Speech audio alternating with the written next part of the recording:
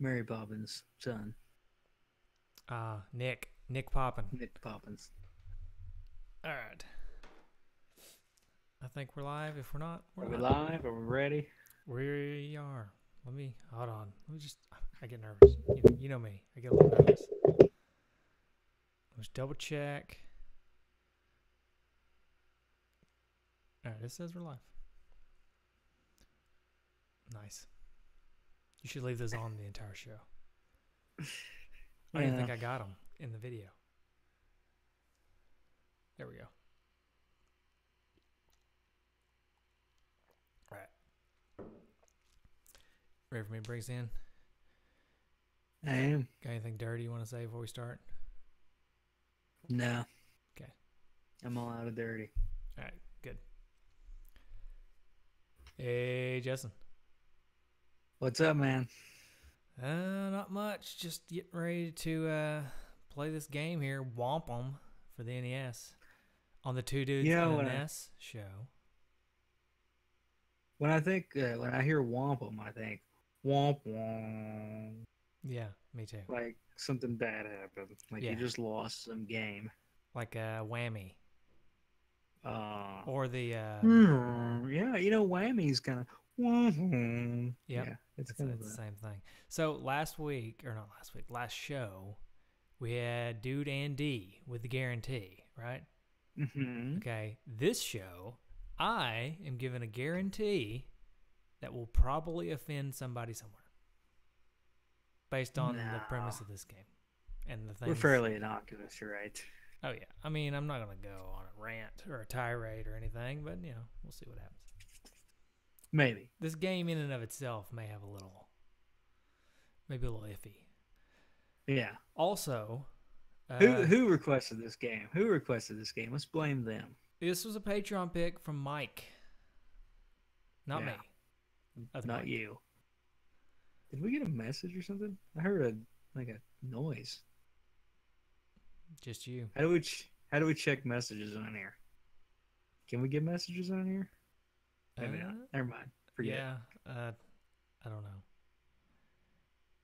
I You felt may like I need to, heard. if we ever want to try to get the messages, because my computer is so Yeah. finicky, we may want you to be the message guy.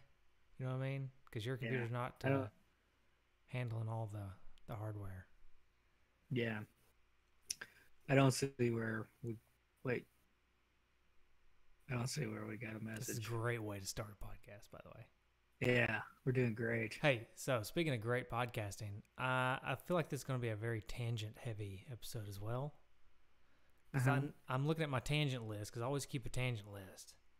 And I've got like Right. six things on it right now. Oh boy. Yeah, we don't have to get to all of them, but I do want to hear, before we get too into the show, I do want to hear you got some charter updates and news. Oh boy. Okay. And on purpose, I did not ask you about it the other night Right. when we were hanging out, because I wanted to save it for the show, because I knew it'd be good. Okay. So charter. So this past week, and I knew better than to try to do this during this week, but you know, I'm a glutton for punishment apparently. So I usually get Sling for my streaming service, right? And it's Sling's always been good.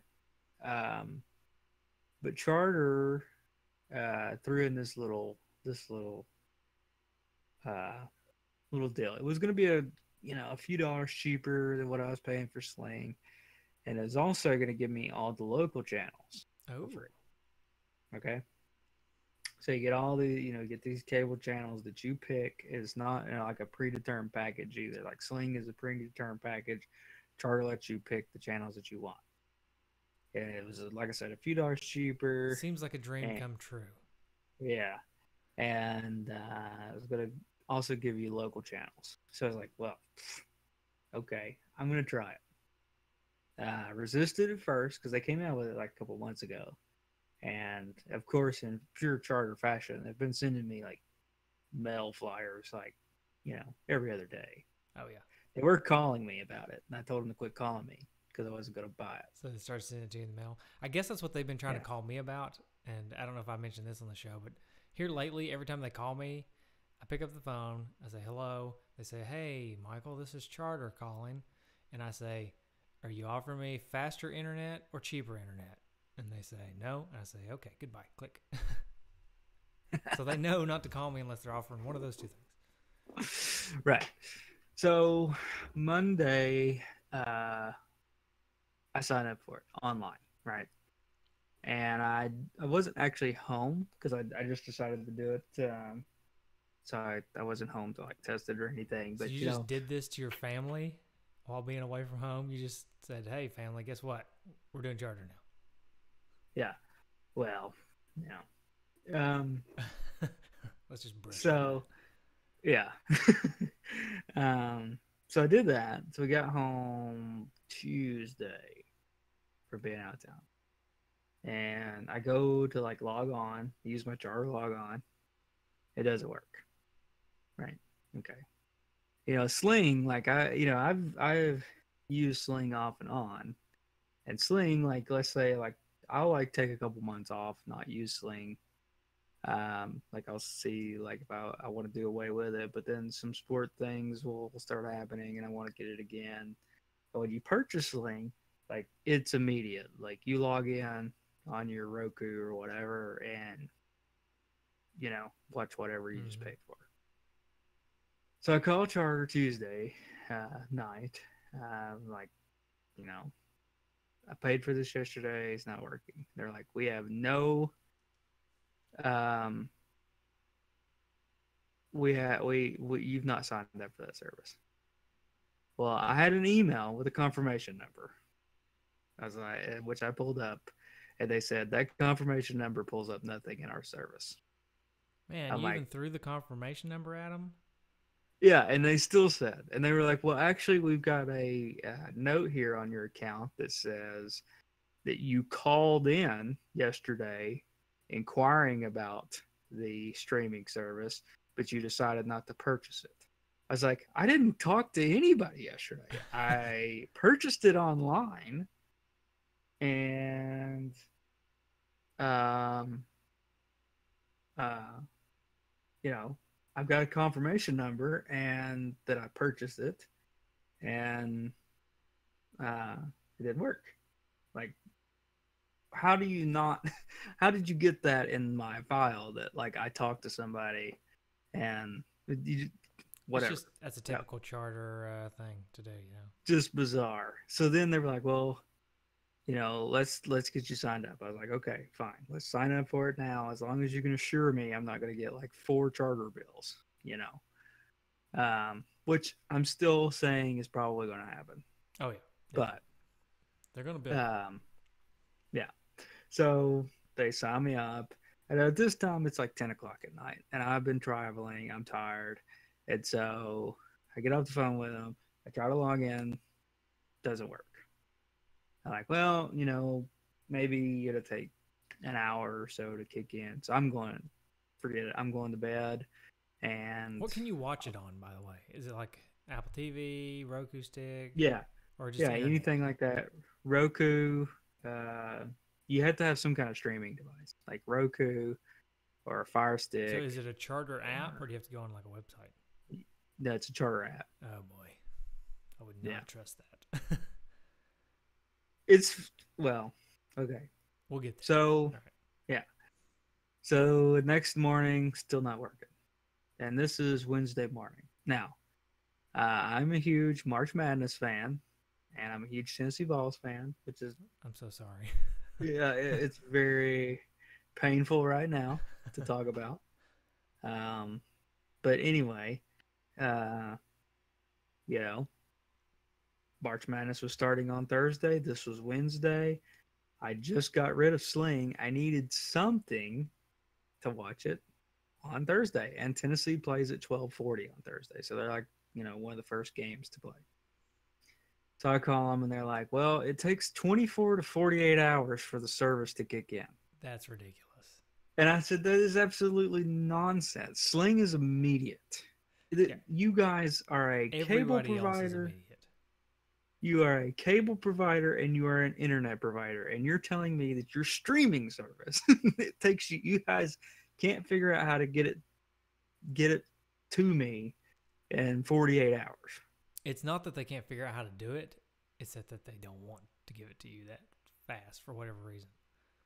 Yeah, and it's like I'm just like I'm dumbfounded. So then I give them the ultimatum. Okay, and I give them the look. This has got to be working by tomorrow morning. I told him I got rid of my Sling service to switch to you guys, and I tried to do this on Monday in order to so I could watch basketball on Thursday. And if I don't have it by tomorrow morning, I'm canceling the service. To which I got the response of, "Okay, well, just let us know." Great.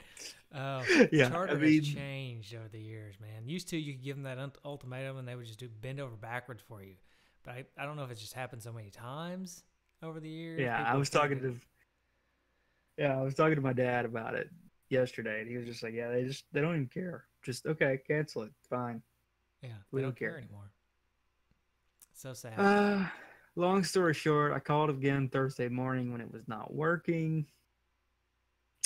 Um, they tried to do some kind of reset on my account. Of course, didn't work. It eventually started working like Thursday afternoon. I was able to watch the game because I was able to log on through like the March Madness app and watch it through there. So it calmed me a little bit, but it was just ridiculous. Hmm. It was just Charter being Charter, I to be understand. honest with you. I understand. I promise. And By the way, everybody, I promise we will get to Whomp 'em shortly. yeah, it was just it was a nightmare. And I'm still to be continued because I'm still waiting the first bill, which is there's no telling what it's gonna look like. Yeah, that's nuts. Since So what I is it? technically ordered it twice. So it's less than about $30, $40. It's yeah, it's 21.99. Wow, Um that is not bad. so it's a good deal. I think it's a Okay, good deal. now here's where here's where I brag about mine a little bit. I've got DirecTV Mm-hmm. now. I'm a pretty big fan of it. It is similarly priced, not that great. It's a little bit more expensive, depending on which package you get. It is package based, but Mm-hmm. if you prepay 3 months in advance, they give you the newest Apple TV, like the best Apple TV, like the 4K one. That's So pretty sweet. it's a pretty good deal, really. Because if you think about it, I think the cheapest one is like $40 a month. So 40 times three, it's actually cheaper than actually buying an Apple TV. So it's the cheapest way Yeah. to get the 4K Apple TV, and you get to try out their service for 3 months, Right. which is their app is not great, but they allow you to sign into all the other apps, so it works. It works just fine for me. Yeah, that's the way Charter works too. Like you can go into like the Watch ESPN app or stuff like And that. So since net neutrality, nobody cares about that anymore. I have AT&T phone service, so they knock a bunch of money off my bill for having both. which makes the whole Charter thing even more ridiculous to me, because I was able to use my login to log in to like ESPN or the March Madness app, Uh, so my credentials were working. So why wouldn't the Spectrum app work? I don't know. Because Just Charter, they don't ridiculous. know what they're doing. Let's move on to Wampum. Let's move on to happier times. I gotta say one more thing, not about Charter. All I right. was just drinking from this glass, so you can see this glass here. Yes. Tennessee. It's like a mason jar. It's got a handle on it, right? Yeah. Love it. Okay. Only in Tennessee would they have to put this. On the bottom, I just noticed this. Not for home canning. So don't use this to can. I bet you could. You probably could. Yeah, I bet you could. All right. All right. So, Let's Wampum. Wampum. You got any history for us? So, yes, do. So, Yampum was brought to us by Jelco. Jalico. How do you say that? Is that Jelco or Jalico? Jalico. Jalico. I I don't like know. that even better. I'm just making it up. which we've talked about a couple of those games from Jaleco, I believe. I know we talked about Asenax, Mm-hmm. Mm-hmm. which was um, uh, a Jaleco game. Um, but it was originally there's some pretty major difference between the Japanese version and the American version. So the Japanese version was released on December 7th, 1990. The North American version released in March 1991. Now the Japanese version, the protagonist was Sun Wukong, or also known as the King Monkey Hmm. or Monkey King, Oh yeah. which is a godlike figure in in the 16th century Chinese classical novel Journey to the West. Yeah. Um, It's a big deal. Basically, the Japanese version was this kind of Monkey King god figure going through these kind of journeys. Well, I guess when they shifted over to the North American title, they thought, well, don't know if that's going to sell a lot of units in North America. Some Monkey King god from the Song Dynasty. So they changed it over to a Native American protagonist, as you can see on the cover, which, mm, there was a lot of discussion. I'm just going to go ahead and bring it up. There was a lot of Yeah. discussion on the Facebook comments about whether that being a controversial figure. Obviously, that's been in the news a lot lately, with like the Washington Redskins, Cleveland Indians kind of stuff. Using a Native American protagonist. I'm not really in the mood to get into that, to be That's honest fine. with you. That's fine. Now we did But come from our high school mascot was the Redskins, so we do have a little and bit of yeah, history there. We also come from the South, and there was a big song back in the day. I don't know if you remember Tim McGraw back in the day with the Indian Outlaw, Indian Outlaw, which would not fly today. I don't think. not at all. Can you Yeah, and imagine Tim McGraw coming out now singing a song about himself being an Indian outlaw? and then goes through like basically every tribe that he can think of, like Yeah, half chair. What he's is it? half Cherokee and Choctaw, and his baby My is a mama was Chippewa. a chicken, or his baby was a Chippewa. Baby mama was a Chippewa, or Is it? something. It's something crazy. I think it just says my baby she's a Chippewa. She's a one of a kind. Okay. So Oh my that's a god. Yeah. speaking of an offensive song. Yeah, Tim. I wonder if he still performs that song There's no live. way he still performs that song. It was a really popular song for him though back in the day. Oh, I remember. Yeah. It's I don't know. He It probably doesn't he like? Oh man, that song's bad. But anyway, so moving on. not basically. Long story short, there was a discussion on Facebook. You can go to that and kind of read that if that's something that interests you or something that you're concerned about. Um, but I don't think this game would fly today with this kind of protagonist, of course. Probably not. But anyway, that's all I really kind of say about that. Yeah, Um, I we don't need to get into it. We try to stay apolitical on this show, so yeah, yeah, we won't get into it. I don't want to put myself in anybody's shoes, but the cover is a little bit the cartoonish drawing is a little bit over the top. I will say that, but the game yeah, itself is about. Well, we'll get into what the game's about, but the game itself, what it's about, is really not anything offensive, if you ask me. But yeah, because it's about a yeah, hero, warrior guy, so I think yeah, it's kind of cool. yeah. Anyway, so that's what. The cover doesn't do it any favors because it is kind of cartoonish and whatever. But anyway, so composer Tsukasa Tawada,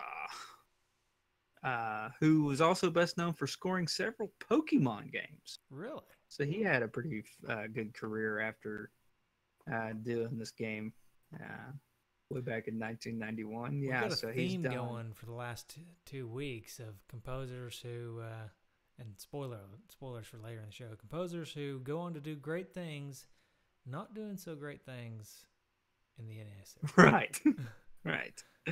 Not doing so good things on the early days. I'll just say that. So, um, but anyway, so Nintendo Power gave there was a full write up for it. They gave it an overall rating of 3.1 out of 5 in their May of 1991 issue. And it receives probably for the reviews that I read, tepid reviews, usually around, I guess, about a 3.3 out of 5 is about right for that. So, that being said, did you go on a journey to find this game? Did you have this game? I went You on a demoed the game? journey to the West Knoxville. Yeah. Yeah, journey to the West, and could not find the game. So Yeah. I did not. I think it seems to be It's a little bit harder to find. It is harder to find. It's also a little more expensive. Not terribly expensive, but it's a little more. But I did think that maybe there was a chance I could find it, and I wouldn't have minded picking it up for the price because it's not outrageous. But I didn't find it, so I did play demo mode on this one, unfortunately. You know, it was something we've never really talked about on the show, which I think may actually exist, and maybe I'm just imagining it because we've ran into it a couple of times, but games that are late in the life cycle of the NES that are also kind of obscure titles. Like they're not a Mario or Zelda or something like that. Like I still don't think they made a lot of units. Like if it was late kind of in the NES cycle, like early in the NES cycle, I can imagine there was not a lot of games, so you could just make it just about anything and it would sell. Right. And so games like this maybe just didn't catch on, so they didn't produce a lot. I don't know.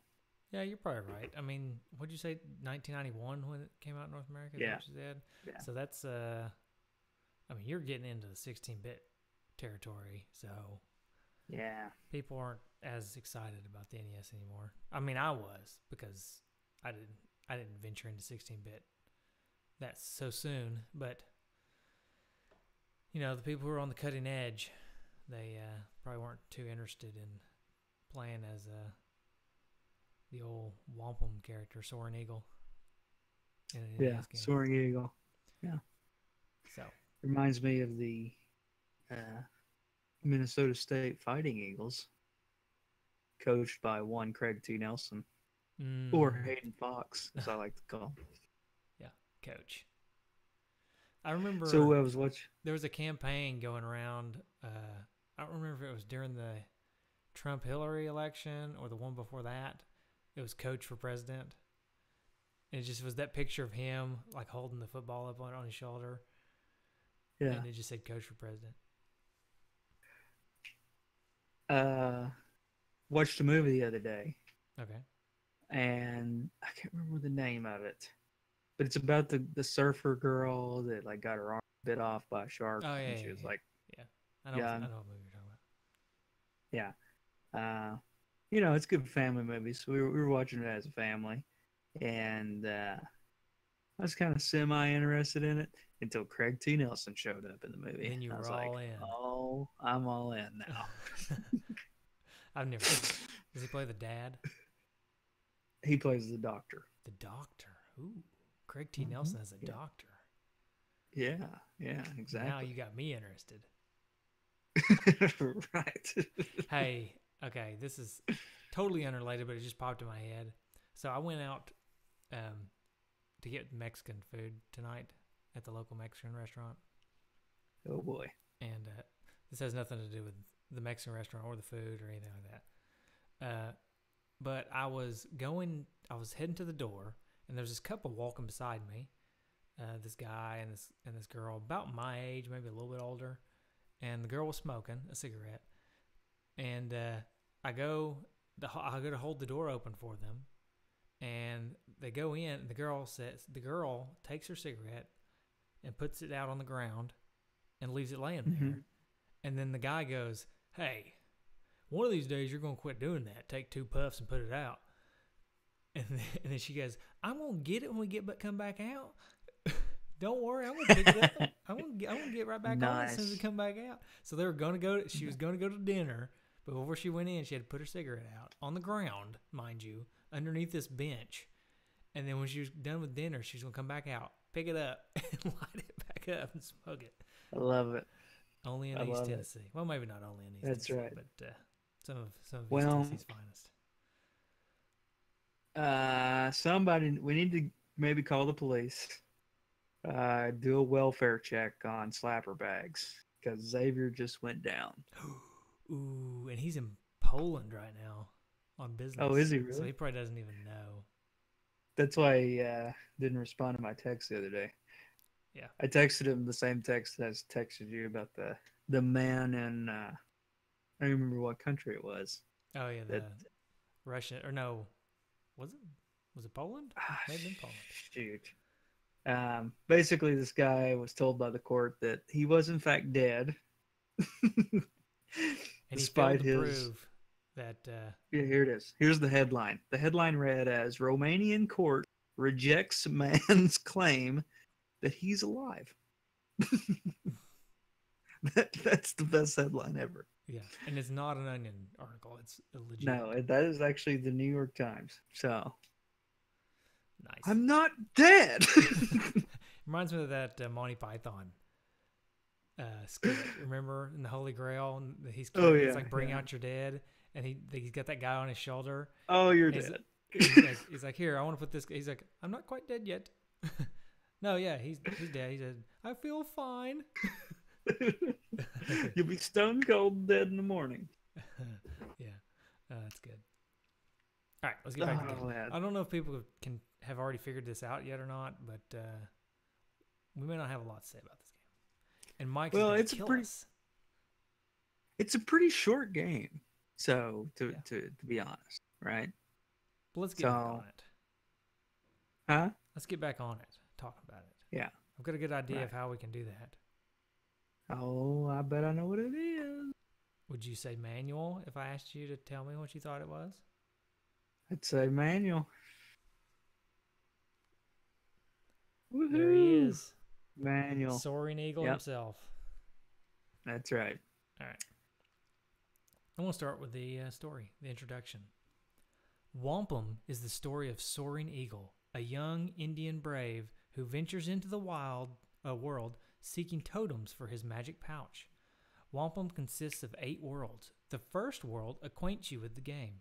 The next 6 worlds may be traveled in any order. The final world is a secret. Don't tell. So, but yeah, it starts out in this kind of like, I guess, like a tutorial almost like level. Like the first level, you just start out. And then after that, you can choose which level you want to go to next out of like 6 It worlds. kind It's of kinda follows like the classic Mega Mega Man. formula. Yeah. It Yeah. reminds me a little bit of Mega Man X on the Super Nintendo because in Mega Man X it just starts you on a level, and when you finish that level, then you can pick which level you want to go to. Yeah. But yeah, this game plays very much like a Mega Man game. I mean, it is very much a Mega Man. Yeah.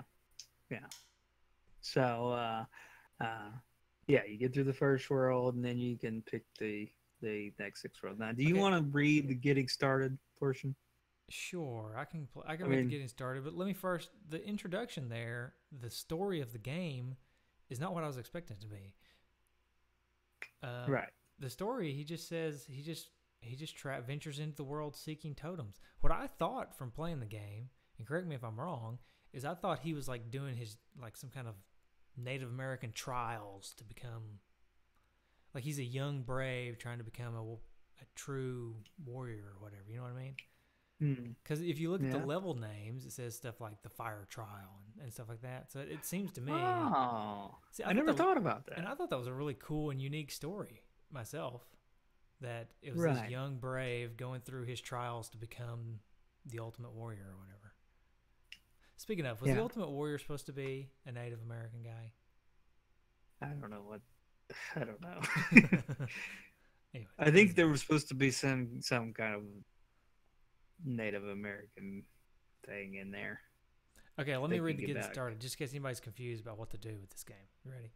yeah, yeah, Getting this started. is important. Number 1, place the Whomp Em cartridge into your NES and turn on the unit. That's Number, where I was going wrong. yeah, see. Did that just change your opinion about this game? I mean, yeah. Maybe. All right, number 2, the title screen appears. When you're ready to begin playing, press start. It's in all bold. Start, not select, not any of those other buttons. Press start. And then number 3, you will enter the first world of Whomp Em. There you go. Get you right. They just get you going. Yeah, that's right. So the way the game plays, like we said, it's kind of like a Mega Man game, but you don't shoot. It's not jump and shoot, man. As Patreon picker Mike so eloquently put it, it is more of a jog and jab game. So you've got a spear. Yeah, I saw that. That's pretty awesome. You've got a spear, and you can jump, and you can jab people with your spear, and that's kind of how the game. That's like the basic weapon and tactic of the game. Right. There are power-ups that you can get, as well as totems, as they call them, which is what you get after beating each boss at the end of the 6 levels. You get these totems. Mm-hmm. What's different about this game, which I kind of thought was interesting, is unlike Mega Man, who has ammo for his sub-weapons, Soaring Eagle is unlimited use of his totems. Right. Most of which are useless. Right. Most of his totems are pretty lame, if you ask me.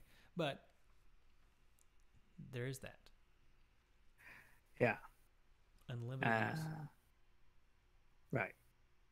So you've got all your different worlds here. Sacred Woods, Magic Forest, Water Test. See, Water Test just sounds like something it should be. Yeah, that's what I mean. Secret Cliff. It's just a guy named Cliff. Yeah. Secret.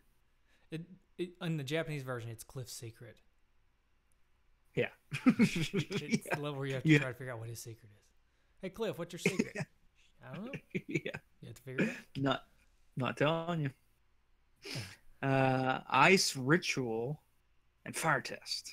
You see what I mean? See how it feels like? No, I get it now. You get it? Yeah. Anyways. Yeah. This game is not simple. I mean, it's simple in concept, but it's not easy. It's kind of a somewhat difficult game, or at least it was for me. But I like the fact that games like this, while being somewhat difficult, you can pick any level you want. So that means I got to try all the levels, even if I couldn't, even though I couldn't beat them all and beat the game, because I didn't. I'm gonna say it's because I didn't have time, but it's probably because I'm not good enough to do it. But I won't claim that it's because I didn't have enough time.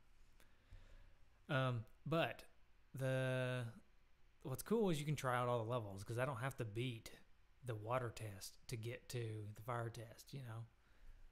I think that's one of the things that I've always loved about these Mega Man style games, like Mega Man, DuckTales, and even this game, is the fact that you can pick what level you want to go to, and without beating the other levels. So you get to basically try the whole game. Yeah. You get to experience the whole game for the most part. I think those games are really good for people bad at video games too. Like, that's a whole generation of people that they just loved video games and weren't very good at them, so they couldn't progress through games. But if you had a game like this, you didn't have to worry about it. You could play every level that you wanted to. Like the 2 guys that host a Nintendo podcast that actually aren't very good at video games. I was saying I was going nameless, but all right. Since I brought it up. Yeah. So yeah, that's correct. I will say that playing this game, the controls are a little floatier than I like. Like his jump I don't like it. Floaty. You did not like the controls at all? I think it's just one of those things you have to get used to. I think it's just something you're gonna takes a lot of time. That there's no real fine tune movement. Like, you move him and he's gonna go a fairly good ways, or not move at all. And that's kind of Yeah, he's got a little bit of weight to him too. He doesn't turn on a dime, which that's a creative choice. I know I can, a lot of games do that, but for Hmm. some reason there's some precision jumping in this game too that got really frustrating Right. because of that. You know, Which is but really kind of almost the major part of the game is the platforming, where you're going up, actually up and down levels instead yeah, of side to side or side scrolling. yet the So level layout in this game is actually really good. yeah, You go all sorts of different directions. You know. and there's a lot of vertical movement. And when you're moving vertically and you're having to jump platform to platform, I don't appreciate they're not having tight control. I guess kind of what I'm trying to say. Yeah, I it. think I it think would have it's been something more you could fun get to play. used to, Yeah, you definitely but could, but it's not naturally tight. It's he's a little loose. The character's a little loose. right, Like I said, right. that may be a It's creative a little choice. it's a little loose on turn 4, That's right. as they say in NASCAR turn. And to compound on the fact that he's already a little loose, there's a lot of slippery surfaces in this game. Like there's the ice ritual level, yeah, but then the secret cliff is it's either glass or ice or something. I mean, there's a lot of slippery Yeah, surfaces, which yeah. really It kind of added to seems my like frustration. the game is almost more can in the form of learning to control the game as much as it is learning to beat the game or being able to beat the game. Yeah, So, I agree. So let's talk about some of these totems. I didn't get all to right. play with a lot of them, but I Mhm. watched what they do on the internet, Mhm. thanks to a lot Right. of players better than me. Mhm. So let's see. You got the spear whirlwind. Okay, Right. that's where you After just turn your spear into a whirlwind. Um, useless. yeah, it's somewhat useless because it's not very powerful, but it does break blocks, which is cool. But Yeah. that only happens a couple of times. I only noticed blocks a couple times throughout the game. And there really weren't any Mhm. secrets behind the blocks that I noticed. Like the ones I used the whirlwind to break, because I did get the whirlwind weapon. But the ones that I actually used the whirlwind to break the blocks, the only thing that would be behind there is like a spear power up or something. So, Yeah. which the spear power up is awesome. It's like the best thing you can get in the game because it makes your spear longer. But still, you Makes a know, spear longer. yeah, everybody wants a longer spear, right? Right. Yeah. All right. So But yeah, the fire wand shoots a fire. There you go. not very far. Yeah, I Don't didn't. get too excited. No, I didn't get that one actually myself. That one. Well, Can you guess what I level saw it that on comes video. from? Probably the ice, Yeah. the water test level, You or get the the fire wand from the water level. Yeah. no No, it comes from the fire fire test. test. Yeah, of course. The ice ritual level gives you the cloud, which I don't know if you got that one. It's the ability to store stuff in the cloud. Yeah, that's right. This game is really ahead of its time. Right. Like you can't save the game until you get this cloud. That's a pretty good idea, actually. Yeah. Oh boy, that would All be right. that would be so No. frustrating though. Yeah. Yeah. All right, no, the cloud allows you to fly, sort of. You Mm-hmm. can jump on it and ride it. I didn't get it, but when I watched people use it on the on videos and stuff, it looked really lame. Like it didn't look like you Yeah. could do much with it. So And he just kind of like it's not really a fly as it is a float. yeah, but I'm guessing it It's, comes in handy certain places. right. Okay, so the water test gives you the ice crystals, which allow you to freeze enemies. I was more of a Mm-hmm. fan of actually killing the enemies than I was freezing them. So, Mm-hmm. yeah. Oh, that brings up something else because of the water level. In the water, he jumps high. Okay, Mm-hmm. he walks slow and jumps high, and that's something that's always bothered me about video games, especially these old ones. Why do the characters jump really high in the water? Because they're weightless, man. Come Have you ever on. tried to jump in the water? No. Okay. Now, it's true that you can jump high when you're totally underwater. But have you ever tried to crest the surface of the water with your jumps? Because that's when things get weird. You mean like come up and out Yeah. and Yeah. Because all of a sudden yeah, gravity just hits you and grabs you. right. It's like gravity's forces are stronger now. Right. All right. Anyways. Okay. So from the magic forest, you can get the web, which allows you to catch an enemy in a web. Mm-hmm. Again, an ability that seems mostly useless. Right. But you can use it. You can do it unlimited times. And now here's the one Right. that I really wanted, and I tried and tried and tried to get, but for some reason could not beat the secret cliff level. Is Mm. and it's the boss that always got me on that level. But anyways, is the dart, which basically gives you the Yeah. ability to throw your spears and they stick into the wall. I Right. really wanted that weapon, but I couldn't get it. Right. That's really. Oh, some of these just seem like they just kind of made them up on the spot. Yeah. Like, eh, what can we make this one do? It's like, hey Bill, I want some darts in this game.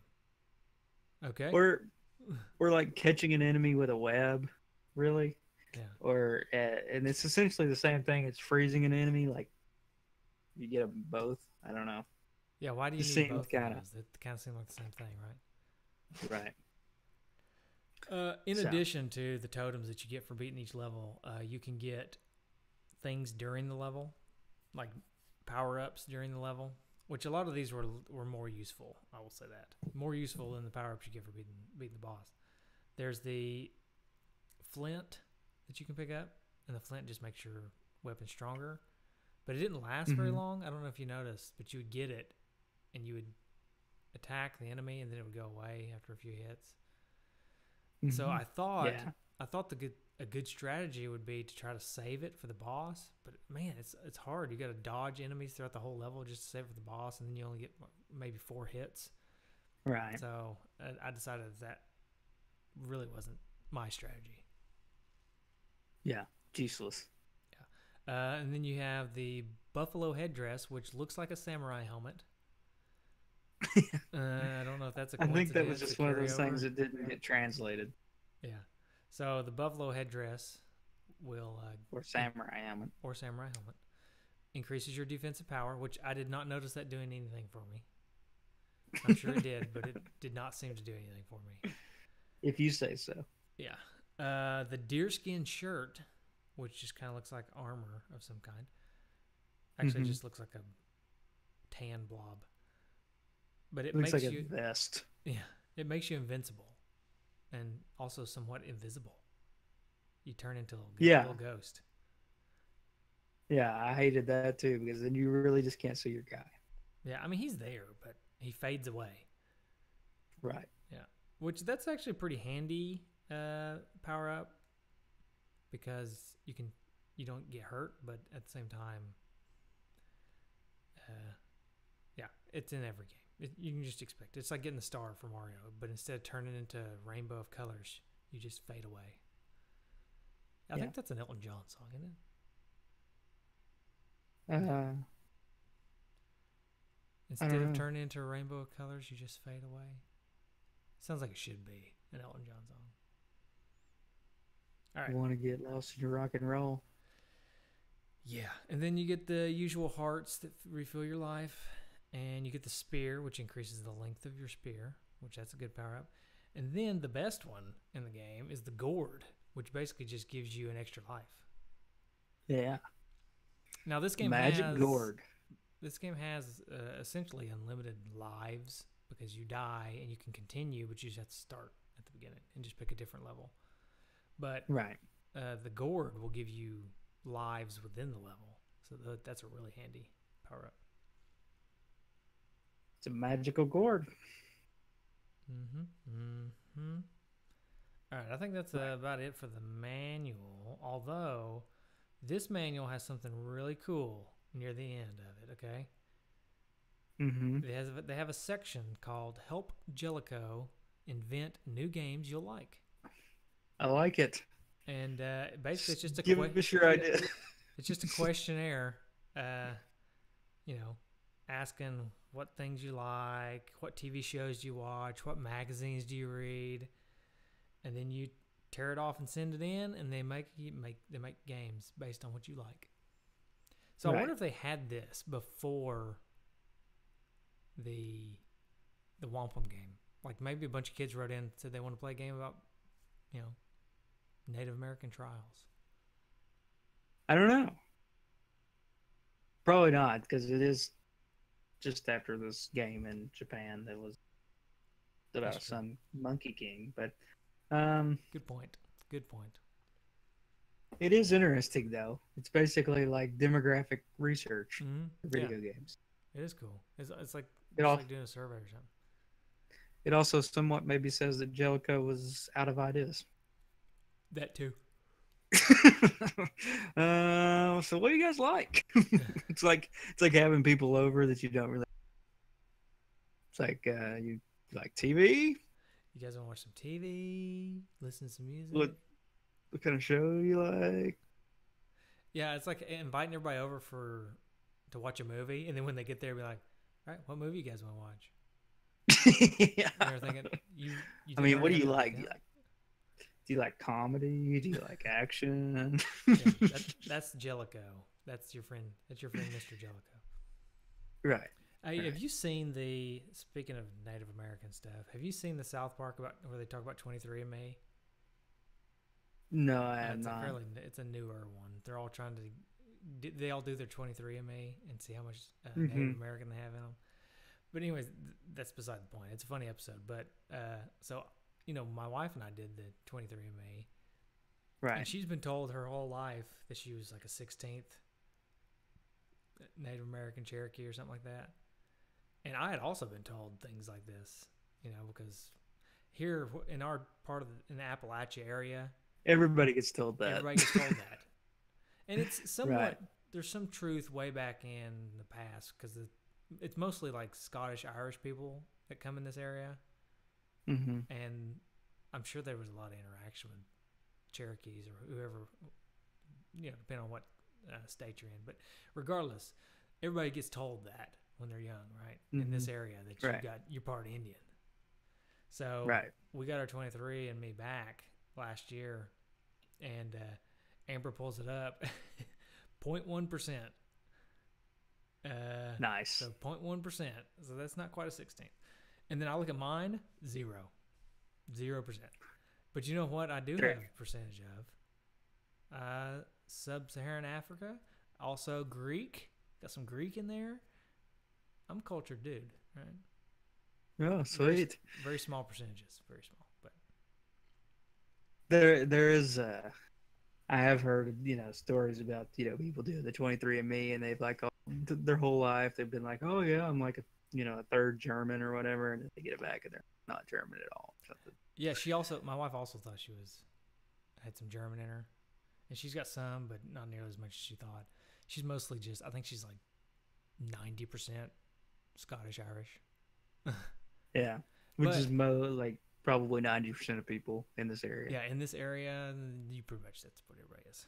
So Yeah. unless you're slapper bags, in which case he's Italian. Right. So, But he's in Poland right now. but he's also in Poland, and his team just lost. Which, why does that make me smile? I don't know. It just does.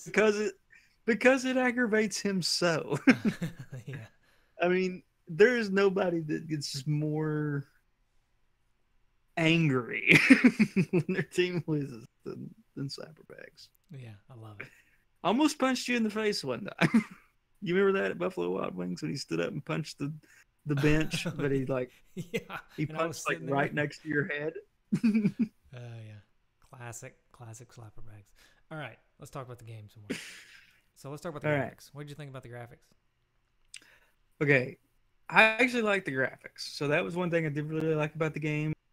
So I thought the sprites were really well done. The background art, I really liked the level design. I thought, as far as graphics, I really dig it. Yeah, I'm with you. I think that's probably like the best part about this game. The graphics are really good. Mm-hmm.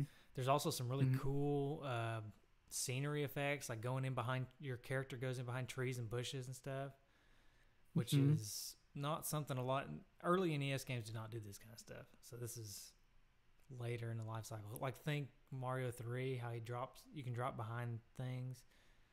Well, this is even cooler than that for the most part Right. because there's like bushes and trees that you're going in. Some go in front of, some go behind. It's a really cool effect, and the way that Right. the screen scrolls with the character as he's jumping as you're jumping through the platforms. So it just the graphics are they're pretty great.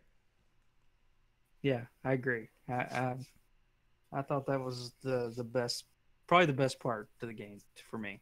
Yeah, me too. What about the sound and the music? Okay, I did not like the music. Like that was a big downside to me, and I think it just seems so choppy. Like Yeah, it's almost like they just took a bunch of like sound effects and combined them to make songs. yeah, Like, I kind of felt the same way. There was no flow to the song. yeah, I didn't, and which like you said earlier in the podcast, it's surprising that this guy has had a pretty good career doing a lot of Pokemon games, and this was of course, one of his earlier works, and it was a miss in my opinion. Yeah, I don't know that I disliked it as much as you, but I can see where you're coming from. I think it was just kind of fair. I wouldn't even call it good. I wouldn't even say like I usually do say how oh it's fine, it matches the game. I could have done with something better for this one. Yeah, yeah, And also the near death sound that you get, the sound of your guy when he's about to die, is the most hmm annoying near death sound I've ever heard in an NES game. yeah. It is terrible. And I heard it a lot, unfortunately. But it is bad. It's just bad. It Yeah, was so bad that I I was agree. playing the game. I was playing the game in one room. My wife was in the other. And typically, she wants me to keep it down, but as long as it's not getting on her Keep it nerves, down in there. as long as it's not, as long as it's not getting on her nerves, she's fine. But with this game, that near death sound, she actually came in there like, "Can you just turn that sound off or put on some headphones or something because that is bad." And I said, "I Yeah, totally yeah, agree. Mute," and just turned it yeah, off. yeah. All right. So you want to round this out? Talk about whether it's worth it. Sure. How much does this go for? So average price that you're really going for around 38. Let's just call it $40. For me, it's nowhere near worth it. I think for me, for this game to be worth it, it would have to be less than $10 You think it would be worth it to for me. less than 10? Yeah. So would you pay $7.50 for it? Yes. Okay. All right. Well, That reminds me. You asking that question reminds me of the episode of Boy Meets World where uh he's asked Feeney's like, "What if what's passing?" And he's like 65, and he says, "What if he gets a 64?" Fails. What if he gets an 80? Passes. What if he gets a 50? Fails. What if it's a 20? He just keeps going. that show is so good. Hey, Oh man. did you continue watching Girl Meets World? Is it still on? Yeah. Yeah, I did. I watched it all. No, they did 3 seasons, typical Disney fashion apparently. Mm-hmm. Um, it was pretty much expected to be discontinued after 3 seasons because I guess that's what Disney does. I don't know. Oh, I didn't know that. Uh, but yeah, there was some big hoopla when it was ending that it was their third season and Disney doesn't like wasn't gonna do another season because they'd only really run 3 seasons of shows. I don't know. I I may not be getting the story completely correct there, but Just pretend like you know what you're talking about, and because yeah, this guy over right, here didn't know anything, and I'm sure nobody out there knows anything about Disney, right? You don't have to right. worry about the entire wealth of the internet proving you wrong. That never happens. Uh, but anyway, basically, they ended after 3 seasons, and I have watched them all mainly because my daughter got really into it. So she wanted to watch them. So I've seen them all, um, and they did good. The last episode uh, was really good. The last few episodes they really kind of bring all the Boy Meets World characters in, and Did you cry? I did not cry. So it's not quite as Uh, bad as This Is Us. no, Okay. All right, just checking. but it was good. Yeah, I just couldn't get into it for some reason. I think it's just because the Disney Channel shows were just a little bit too childish for me. If I had Yeah. a child, maybe I would have got through it like you did. But Yeah, I probably wouldn't have if it wasn't for Leah's interest in it. So, if she was watching it, I would watch it too. Um, what about Fuller House? You watched Fuller House? no, I never was a Were Full you a House big fan. Full House? Not Okay. really. Uh, Fuller House is just kind of a miss for me. I don't know. It's It's kind just of not the good. same thing with Girl Meets World. I mean, it's popular. People love it. It's going on like their fourth or fifth season now. Yeah, but So it's Netflix. Netflix will just keep pumping money into anything, right?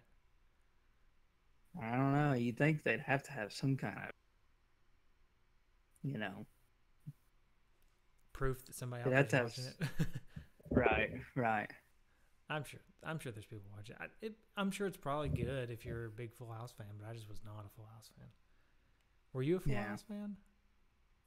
I was a Full House fan, which makes it interesting that this one's not really hitting me. It's not really catching on with me. Just, Is I it the don't lack of the know. It's Beach just, Boys? Is there enough I Beach don't know what Boys? it is. I think it's maybe what it was.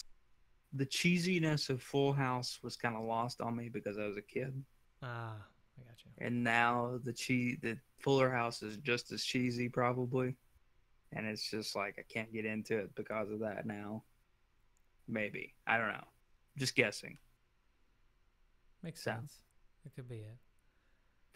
I'm just waiting for uh, an Eric spinoff. They just need to do an Eric spinoff. The Boy Meets World. Yeah, give Eric his own show. I would love that. That'd be like the best show ever. I mean, he's the best part of Boy Meets World, and I'm sure Girl Meets World. He really became the best part of Girl Meets World. Like his episodes were the best episodes. So, did you know that he like had to take a hiatus from acting because of he had like crippling anxiety? Really, I did not know that. Yeah, yeah. And like basically sounds like he really didn't act again until kind of Girl Meets World kind of got him back into it. So Really? I know he was in a couple of National Lampoon movies, like right after yeah, Boy Meets World. he did a couple of those. I think he's done a lot of voice acting for cartoons. Oh, that's right. He was in. Was Kim it Bat? Possible. Oh, okay. I was thinking he was in Batman Beyond. He Was he? might have been. I don't know. Yeah, I don't know, but yeah, he was definitely the voice actor. I remember all that. All right, do you got any retrofitted trophies? Yeah. You got any really good offensive ones? I don't have any offensive one. Oh, okay, good. Just checking. And that is, yeah, nothing, nothing that should ruffle any feathers. Okay. All right, you want me to go with one? I'll go first. I stole this one basically from Mike, Patreon picker. Jog and jab. To get jog and jab, you use a turbo controller, and you tie a rubber band down over the jab button, and then the only button you gotta worry about is jumping and moving your guy. The rubber band takes care of the rest. That's if you do that, you get the jog and jab trophy. Sweet. I got fly on your wings like an eagle, and I think I've used this trophy before. I think I used it with Kid Icarus or something else. Yeah, maybe. But because the song is Flight of Icarus by Iron Maiden. And but this fly like on wings of an eagle, you get if you beat the ice ritual level and get the cloud Oh, totem.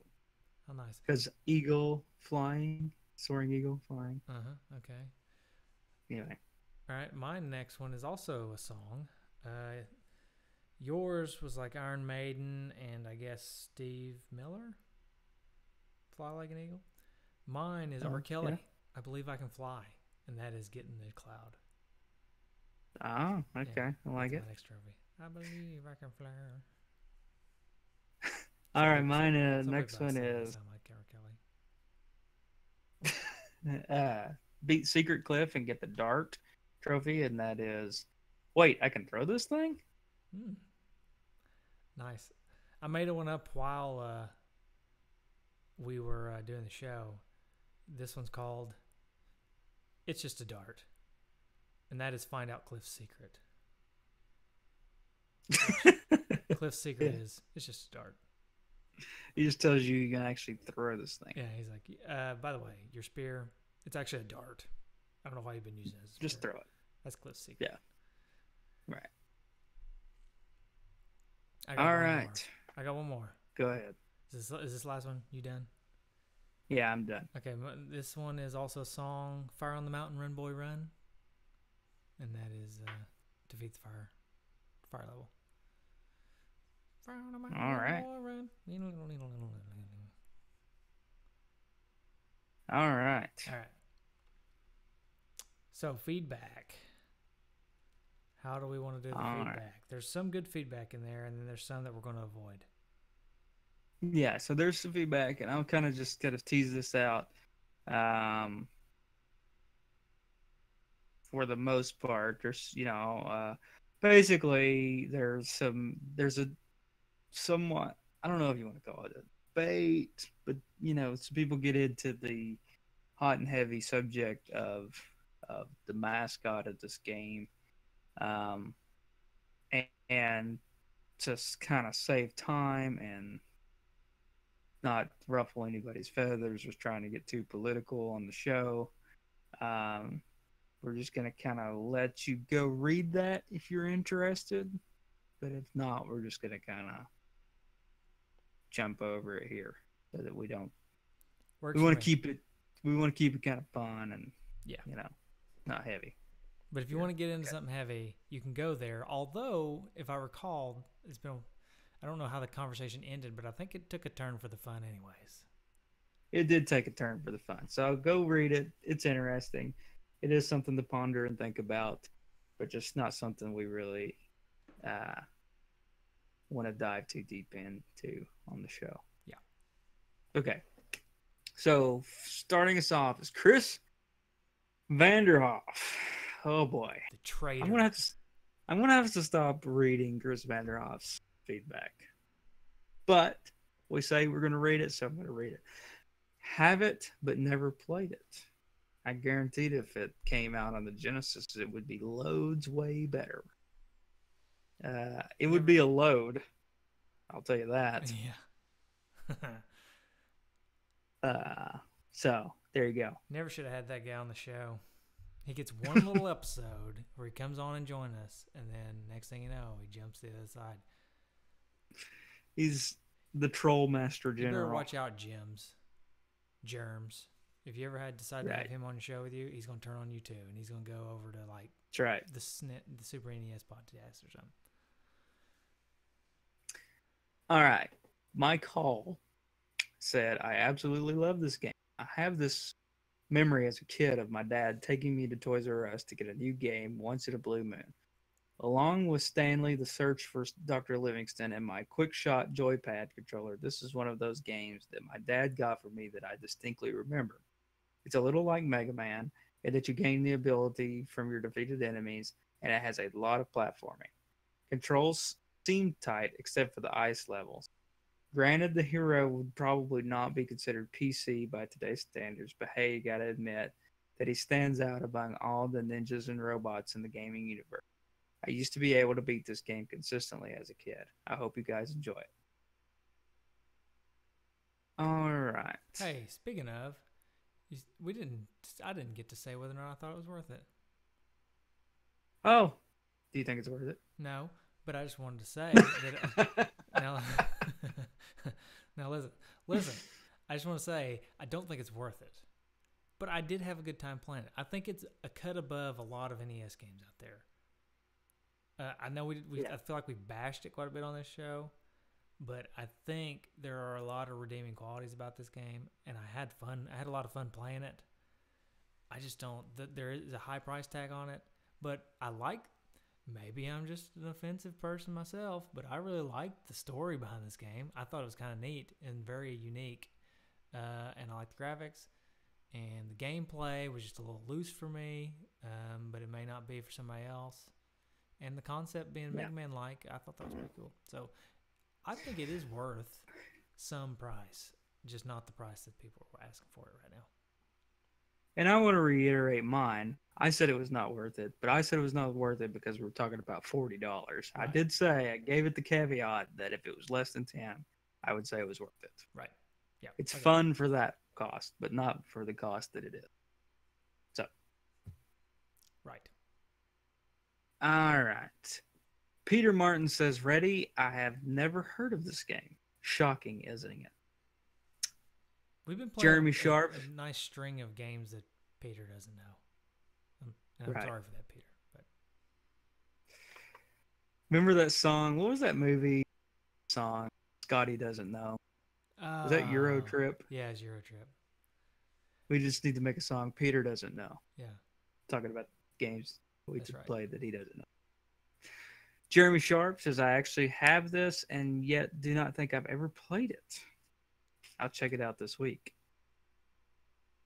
Steve Martinez says, "Really well done game. When I first got it, I thought it would be gimmicky, but it ends up being a really solid and well made title. Lots of fun and a good fair challenge." Oh, my computer's slowing down. Uh-oh. Not wanting to get to the rest. So then we have a lively discussion between Andrew Code and Chris Murray and some other people kind of get involved there. If you want to read into that, we're not going to get into it, but it does take a turn for not only the fun, but the Snowbiz and Chuck E. Cheese related. Hmm. Now, if I had to think of something fun, that would be at the top of my list. As a kid. Snowbiz and Chuck E. Cheese.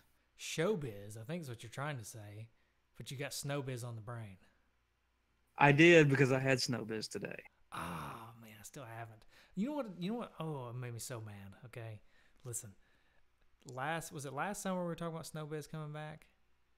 Mm-hmm. Yeah. Yeah. Okay. So last summer we were talking about Snowbiz coming back, and I kept telling Amber, I said we gotta go, we gotta get some Snowbiz. I said I want to go try it. They're back, and she went one day with her work pals during a lunch break, and she said it wasn't very good, and so I never did get to go. Oh, I liked it though. I liked it at the Lunar City one. Okay. I do have to say, I went to the Sweetwater one today, and I was a little disappointed. Not what it once was, huh? Well, I think the Lunar City one's better. I don't know why. Well, I do know why. It just seemed like the ice was not as good there. You gotta have good fluffy ice. Yeah. So I would say if I'm telling you, because you're the only person I think that lives in this region that listens to the podcast. Oh, I don't listen to the podcast. Well, I mean, I'm just kidding. if I'm telling you, go to the one in Lower City. Okay. All right. And I think it's opening in like a week or so. Do they still have cream? Because I would always get black cherry with cream. Oh, they do. Okay, good. All right. Yeah.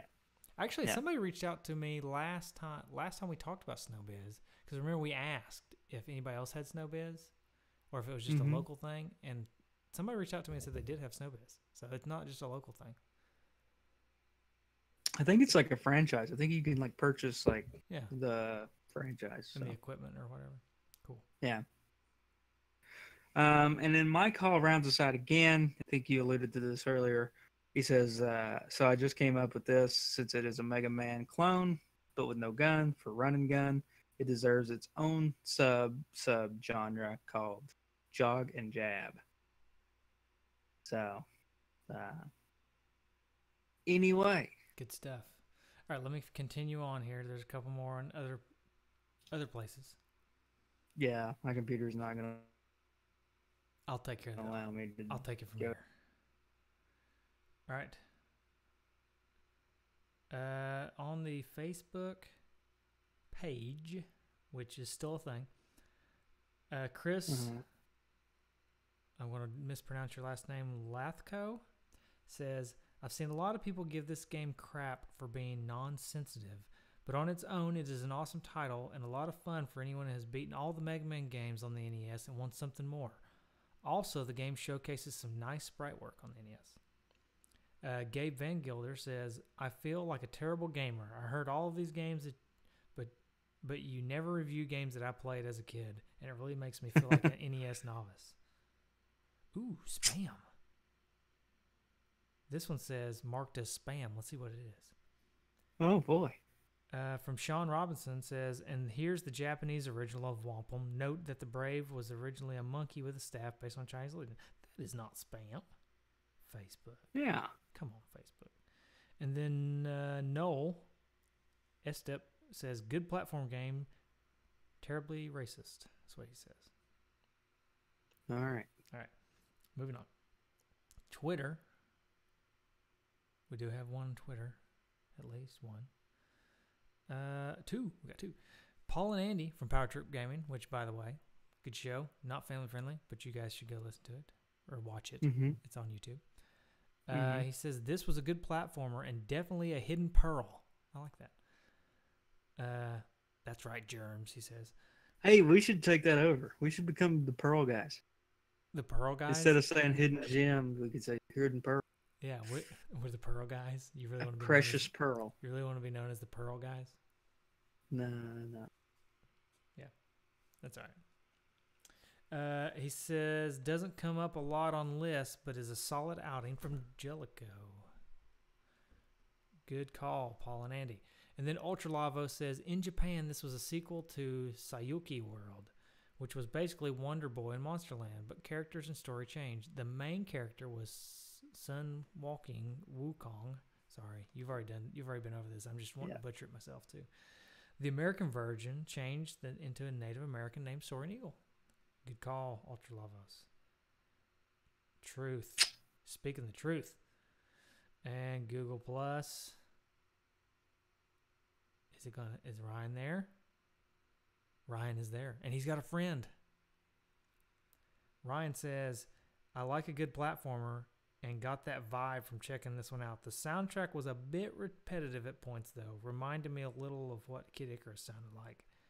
And then Ryan's friend, I'm assuming it's his friend because they're both on Google Plus. Chris Dixon says, my one thought, I need this cart. He needs it. Yes. I don't blame you. Gotta have it. Gotta have it. All right, we've got an iTunes review. 5 stars. From Mike 1002. Mike says, the show for all Xennials.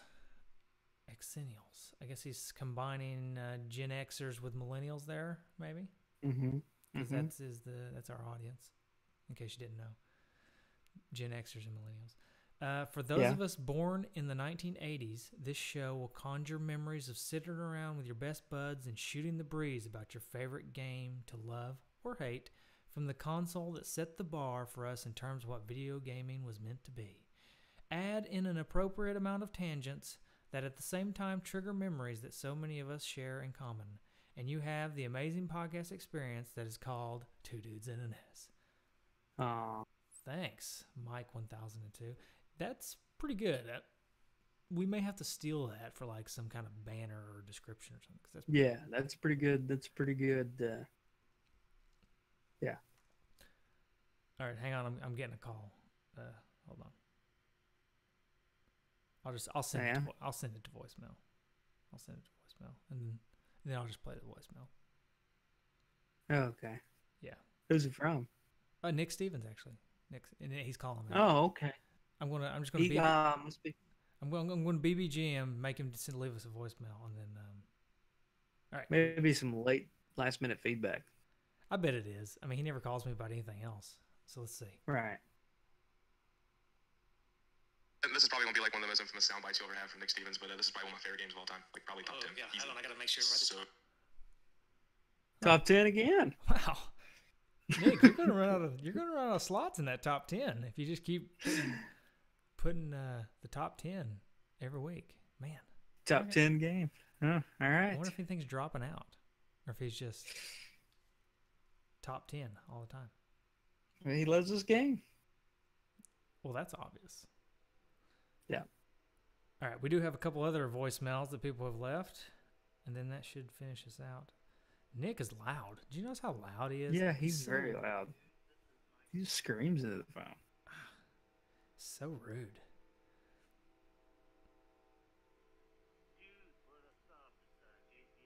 Oh, I think this JZNES calling. Let me turn him up because he's quiet. Especially compared to Nick. I had to turn Nick way down. Right. So now I got to turn JZ back up. Dudes, what's up? It's JZNES here from YouTube. Also, John's Wrestling. So, I see you're talking about Whomp Em there, but you know what? It's a little bit disappointing. I don't think I've ever played that one too much, but you know, there's only so many games out of all of my collection that I can say I've actually played. Back in the day, you know, I used to play each and every one of them every time I got them because I was really curious and I had all the time in the world in my hands. But, you know, nowadays, it's a lot harder to do that. But from what I've seen of it, I do remember playing it a little bit, and it looks like a pretty cool game, one that I'm actually more excited to get into. But, yeah, I remember when I got it, though, was 2015, which is, you know, like 3 years ago now. But I got it for $25 from one of my friends. He got it at Disc Replay, which is a cool chain that we've got around here of stores or whatnot. So that's how I get all my awesome gaming finds and whatnot. But yeah, so I don't know too much about Whomp Em, unfortunately, but hopefully you guys enjoy it, and hopefully it's awesome. And I'll see you in the next one. Thanks, JZ. Yeah, awesome. Thank you. Go check out his show as well. JZNES. All right, one more. I'm hoping that this one's Mike, the Patreon picker. Surely he would call in for this show, right? Hey, dude, This is Mike Hall. I'm the guy that is responsible for you guys reviewing this game today. Anyway, I just wanted to thank you guys for doing your show. I really enjoy it. I do a lot of driving for my job. I drive sometimes 600 to 800 miles a week. And so I like listening to your guys' podcast while I'm driving and whenever I'm working in the office to get paperwork done. Anyway, I really hope you enjoy Whomp Em. I think it's a fun little Mega Man clone type game. I've already talked about my nostalgia for it on Facebook, so I won't go into all that. I just really think the gameplay is really fun with it. Always have to wonder why in the world they have a pink frog wearing a cape, though, as one of the bosses. I never figured that one out. But anyway, hope you enjoy it. I'll understand if you don't appreciate the price tag on it. I know it's a little bit pricey at around $40, but hope you have fun with it. And keep on doing the good work, dudes. Bye. Thanks, Mike. Yeah, we didn't even talk about the various bosses, but there's some interesting bosses in this game. I chalk it up to he says he doesn't know why there's a pink frog in a cape. I'm just going to assume that it's part of the trials, you know? Maybe, what's that cactus that you can take? Peyote? Yeah, maybe that's part of the trial. He's got to take some peyote while he does the trial. Right. Oh. Sweet. Okay, that's about it for the show. You can also check out the Retro Junkies if you'd like. Let's see. This episode I'm going to highlight the No Swear Gamer. He is a YouTube. He does awesome swear-free videos about various things, games. He also doesn't just stick to games though. He'll go into action figures or board games or just it's retro things, and He's a really good speaker. So he's kind of like Ferg. He does a show by himself, but you can't really tell it. He doesn't have any problems with it, like I do whenever I do the Nintendo Switch Up episodes, which I really should probably do some of those since it's been so long and people keep asking for them. But I'm just not that motivated to talk by myself. Anyways, so No Swear Gamer, Right. check out his show on YouTube. And then speaking of YouTube, check out the Wee Guy on YouTube. He goes by Wee Guy on YouTube. Yeah, man. Check him out. He does the music, stereoized NES tunes. And big shout out, thank you to the Fox Dude for our awesome logo. And I think that's it. That's all I got. Where do they find us? All Can you right. tell them where they find us? You can find us on Facebook, Twitter, any of the social medias. You can find us on twodudesandans.com, nesdudes.com, and then 10dudes.com. Or you can always call us. Man, how could you call us there, Mike? Well, you can call us by dialing 775-7-RETRO-1. That is 775-773-8761. Or if you go to our website, and I'm going to try this. We're on video. Those listening, I'll describe what I'm doing. But since we're on video, I want to see if I can show people how to do it. So I went to our website, which is nintendo's.com. Here I am on our website, as you can see. Now, see, look in the upper right corner. Look at that. What does that look like to you, Oh, Justin? man. It looks like a telephone call. Yeah, so I wonder what happens if I hit the button. Well, would you look at that? It says, it's asking me, would you like to call this number? And I say yes, and I'm calling it. There you go. Justin can do it too, which means you can at home if you want to. All right, anyways. Or, you can go to the About section and hit call us, and then we'll pull it up as well. Oh, cool. I never tried that. So, there you go. Yep. All right. We also got a Patreon. Do you like what you hear on this show? Do you like it enough that you'd like to throw money at us? Some people do. So, Take my money! Exactly. Some people like us enough that they want to support the show. We don't plug Patreon all that much because you guys already support us enough that we don't have to pay for hosting anymore or anything like that. So since we're at that stage, I'm not really in dire need of more money. But if you want to donate some more, we'll take it and we'll figure out how to make the show better. One thing we don't do right now is we don't do like Facebook advertising or anything like that because we don't have the funds for that. But, if we ever get up to more money, then maybe we can reach out and get a hold of more people. I don't know that Facebook advertising is necessarily the way to do that, but there's got to be some way we can use money to get more people to listen to the show, right? Right. Just write nesdudes.com at the bottom of some dollar bills and just like throw them off the bridge, maybe. I don't know. Make it rain, as they say. Right. All right. As they say. Okay, I'm done. Yeah. All right. Bye. I love that. That's a great way to conclude a show. Yeah. Well, we're stagnating because I usually tell us how to find them. You tell us how to call them. Yeah, what else we got to do? How do we end the show? How do we end it? Next music. Sorry. Here comes the music for the next Music to the next show. All right. Bye, everybody. Bye. And we're done. Although, now bonus, because I doubt anybody actually listens this far into the live show or listens this far when they're watching it on video. But to the one or two people that may listen this far, all the way to the end, they're going to get to hear our April Fool's joke. Because I want to go ahead and record that, if you don't mind. Okay, yeah. So, if you'll recall, I think we should do just the intro, the "Hey Justin, what's up, man?" and then we just do "Nevermind" and just end the show. But with a tease, with the music at the beginning of the show, like we're about to do a big, awesome game, like Mario 3 or something. Yeah. And then just not do it. Let's do Super Mario 3. Okay. Because everybody wants that one so bad. Everybody wants that one so bad. So I'll play the music like we're about to play Super Mario 3. And then for the April Fool's show, and then we'll just do this "Hey Justin, what's up, man" thing where we just actually don't even record a show.